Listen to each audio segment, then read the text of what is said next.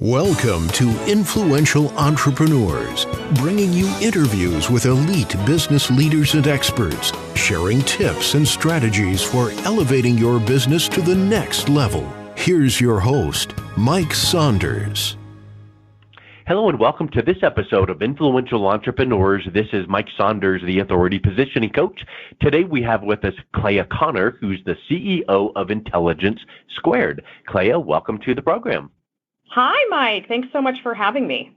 You are welcome. So I want to learn all about what you do and how you do it, but tell us a little bit about what is Intelligence Squared, because I like just knowing the story behind a name. You know, so intelligence is not just a standalone thing. It is intelligence times itself. So how did you come up with the name Intelligence Squared? Well, I can't take credit for the name Intelligence Squared. It's a company that started in the UK around 2002 by a couple of journalists who were pretty frustrated by the media landscape and the kind of excessive partisanship and media bias that you were seeing come up at like the dawn of the cable news era. Sure. And so they said, wow, we're watching content just kind of get dumber. And we want to correct that. And so, they wanted to create a forum that was really about the competition of ideas and elevating conversations in the public square. So they called it Intelligence Squared, and they launched a series of live debates in the UK. And our founder, who's also an amazing entrepreneur and financier, his name's Robert Rosencrantz, he attended one of these debates a few years into the program, or probably around 2005, and he said, "Oh my gosh, I can't believe the U.S. has nothing like this." But he really wanted to make it available broadly to the general public. So we became the only nonpartisan, nonprofit debate series in the U.S. Interesting. We've been around for about 15 years. We're an NPR show. We're a podcast as well. We've had multiple television programs, a lot of digital streaming, and we're really here to address the kind of extreme partisanship that we're seeing not only in the country but in our media. Yeah. And also, elevate conversations, bring back the idea that we can disagree with each other without it being a toxic, unfortunate experience for everybody involved. That should be the case. But it's oftentimes not. But when it does happen, like as an example, my wife had lunch with someone she hadn't seen in a couple of years, and she knew that she was on one side of one issue and my wife was on another side, but they just had the greatest time. And my wife actually said, "Thank you so much for being my friend still over the years. And this issue that we recognize and we know about, we don't need to get into the weeds of it because whatever, let's not let anything divide us." When you see that happen, that's pretty cool. Well, that's respect. Yes. And that's the thing that's been lost. Yeah. You kind of have these online debates and you have social media channels that make it possible for people to be incognito and totally inappropriate. Yeah, they would never say those things in real life, IRL, but give me a keyboard or a phone and I'm just blasting everything about whatever. Yeah. Totally. Or intentionally really offensive. It just gives the platform a megaphone, to more extreme positions. So what we're all about is a return to some real balance. And we always have both sides at the table in one of our debates. You can always hear one side in other media outlets. Yes. We're the only guys that really bring both sides together for some analysis, insight, really going into these issues. They're rigorous exercises. These aren't talking points. The whole point of this is to have critical thinking and open-minded thought around complex issues, and also do it with respect and civility, for a side you disagree with. Well, that's huge because critical thinking, I think, has gone out the window. I teach marketing strategy for 4 universities for the last 10 years, and I see that so often. It's just surface. You could just tell this paper was just whipped together, and this phrase you just used, you don't even know what that means. And so I think that critical thinking in the media, what the media is expecting us to accept, sometimes has that underlying tone. And like you said, there's some lever in the background, or there's some force of funding behind this thing, this agenda, this cause. But maybe if consumers of media, listeners, viewers, readers, whatever that media may be, if we all took the approach of we need to have more critical analysis, critical thinking, like, okay, that's a good point. Let me be aware now and go, how would this impact, or what about, and not look at it confrontationally, because too many times we as humans take a stance and it's like push and then push harder and push harder and push harder, when in reality, it could just be a friendly debate.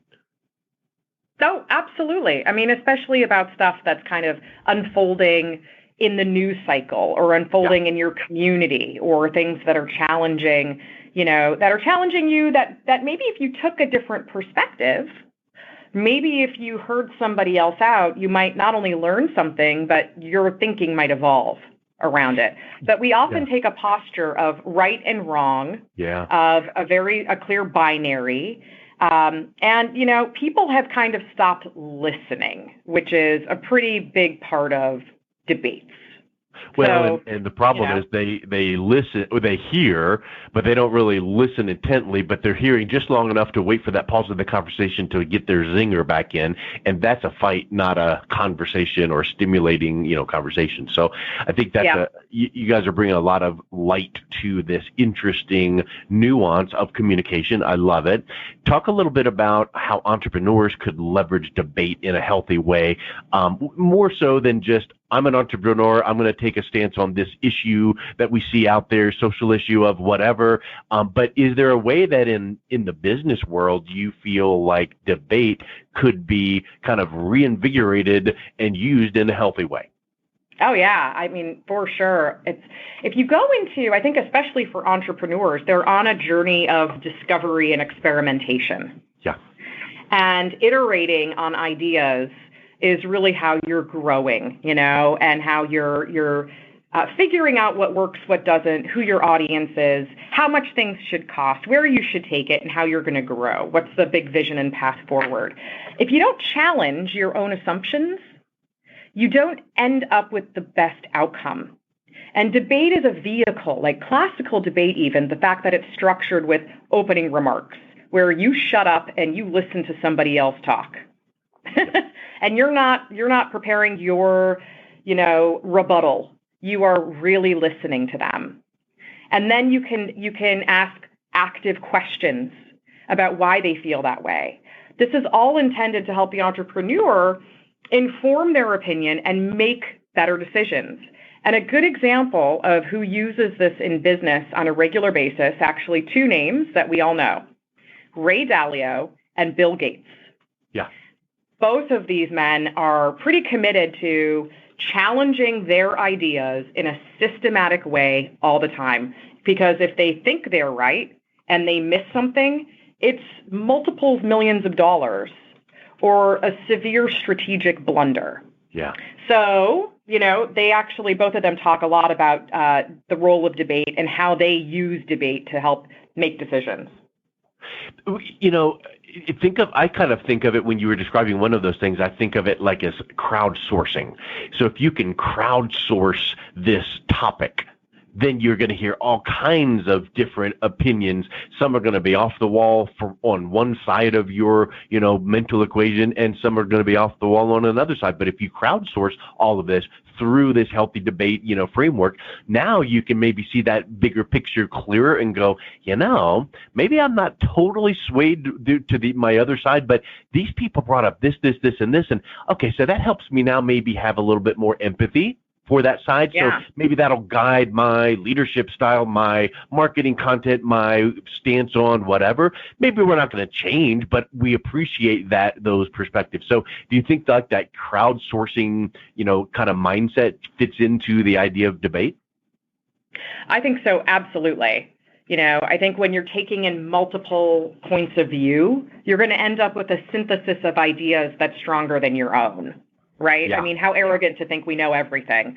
But we as human beings do have to make decisions based on the information that we have and that we believe to be true or correct. So debate is a way of examining and kind of getting into details, understanding a point, a counterpoint, understanding where there's a division, in daylight, in an issue. Not everything's black and white. I mean, a debate does require a for and an against. And by that, I mean, what we do is we take a big question. Should we eat processed foods? Are you for or against that statement? And then you sit and listen to these two sides present their case. And then those two sides are going to kind of go head to head on taking on each other's points. And then you at the end, oftentimes, I mean, our audience, 30 to 40% of people actually change their mind on issues after they've been exposed to ideas they just hadn't heard before or just in the right environment. In the right environment, not in a confrontational, pushy, like, well, you're such an idiot because you think this and you should realize that no, but when you can listen and kind of go, okay, that's an interesting counterpoint. Okay. Ooh, I didn't realize that research or that approach in that scenario. Okay. That's really interesting. I think that it's kind of like when you start a sales conversation and say, Clea, just put your credit card away figuratively. I will not ask for a sale. This is a conversation just to get to know you and understand what you need. And you're kind of like, okay, cool. Now I can listen. Right. There's no agenda right now, right? We take that out of it. And what you're saying about a lot of these themes or pieces of debate-worthy topics reminds me in the marketing world. One of my favorite writers and authors is Marcus Sheridan. I attribute the first time I heard the phrase content marketing is when he kind of was banging the drum years and years ago. But he has a book out called They Ask, You Answer. And it's all about, in reality, it's simplicity. It's like, okay, your target audience are asking questions through your customer service, your social media. They're asking questions. So go ahead and answer it and create content around that. And there's your marketing, but it's not pushy marketing. It's teaching marketing. So in your world, there are some themes and topics and pieces of content that people might debate over. But in reality, from the outside listening in, looking in, it might be a really relevant topic to really go deep and learn from some thought leaders and international heroes of whatever that topic might be. So I would suspect that you guys hear from your audience going, hey, that debate was great or that content was great. It would sure be nice if it was this piece or adding to that. Do you ever have feedback that way where you can kind of, create like a series of information or debates based on what your audience is recognizing and commenting on? Oh, definitely. We take we take our audience questions or our audience submissions for topics really seriously and feedback as well. They're vocal. I mean, we're a debate company. Yeah. So they're having debates on our YouTube channel and on our website and interacting with each other. So, I mean, for sure, I think that's a big part of having great content for people to interact with. For us, we're producing content that's going in depth on lots of different things. It could be technology, science, law, global affairs, but the whole exercise is to walk away not with what to think, but how to think. And I think that's something that you could really apply to almost any sales process. You don't want your customer or your buyer to just, say, I want them to think this way. I want them to arrive at a conclusion on their own. You want to help them how to think about the product, how to think about the future. You don't want people to be a robot clone of you or your brand, because you want them to understand how to think, why to think, and then they come up with their own version of. Like kids, you don't want your kids to be a clone of you. You want them to have the values you've brought them up with and then make their own decisions. So I think that's a great realization. Exactly. It's kind of like instead of talking at people, it's listening. And speaking with people. Talking with. So it seems so simple. Most things kind of are that way. And then in reality, we just kind of mess it all up by pulling in our own agenda, our own biases and all of that. And I think that's so interesting. It's human nature. We get it. We tend to react and not respond.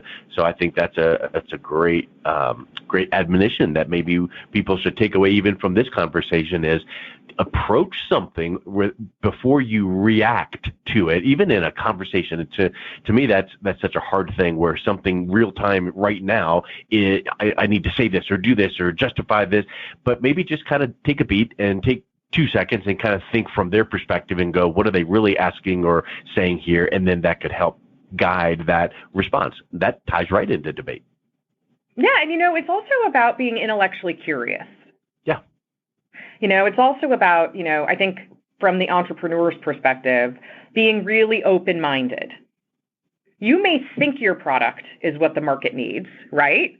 You may think that you're reaching the right target audience, but chances are you're not. It takes a lot of research. It takes a lot of challenging. It takes a lot of, pivoting to get there. And debate's kind of a vehicle both with your staff, where you're working with your team. Frame a question where you think that you really know something, bring it to your team, ask them that question, and give everybody time to really hash it out and ask each other further questions, right? And I hopefully, the purpose of that is to gain deeper understanding. You create a culture of inclusivity, everybody's heard, and you get better ideas. So using like a structured debate format in the workplace can be pretty powerful. Actually, we did a podcast with Ray Dalio. He talks quite a bit about that, about opening your mind to the things you don't understand, that you don't know, but that you think you know. And it's a tough exercise. We find a lot of security, I think, as human beings, having the framework of our beliefs and values. And we need those in order to live every single day. And if you challenge them all the time, that would actually be kind of an unpleasant way to live. But incrementally, we should evolve and grow and think differently. And we all come from different places. We all have very different backgrounds. Being able to leverage that is pretty powerful. And debate is a tool to do that. Really hear other points of view and understand where somebody else is coming from on some of these tough topics. Yes, 100%. Well, if someone is interested in listening into some of these debates and hot topics, wrap up here with what are some final thoughts of what people can experience through your programming, and what's the best way they can reach out and connect with that? The best way is subscribe on our website, become a member. It's totally free. You can just sign up. We do a weekly newsletter. We do bi-weekly debates, and we have a bunch of live events, too, that you can attend virtually and in person. So sign up for the newsletter and subscribe to the podcast. It's Intelligence Squared US. Excellent. Well, Clea, thank you so much for coming on today. It was a real pleasure talking with you. Thank you, Mike. You've been listening to Influential Entrepreneurs with Mike Saunders. To learn more about the resources mentioned on today's show or listen to past episodes, visit www.influentialentrepreneursradio.com.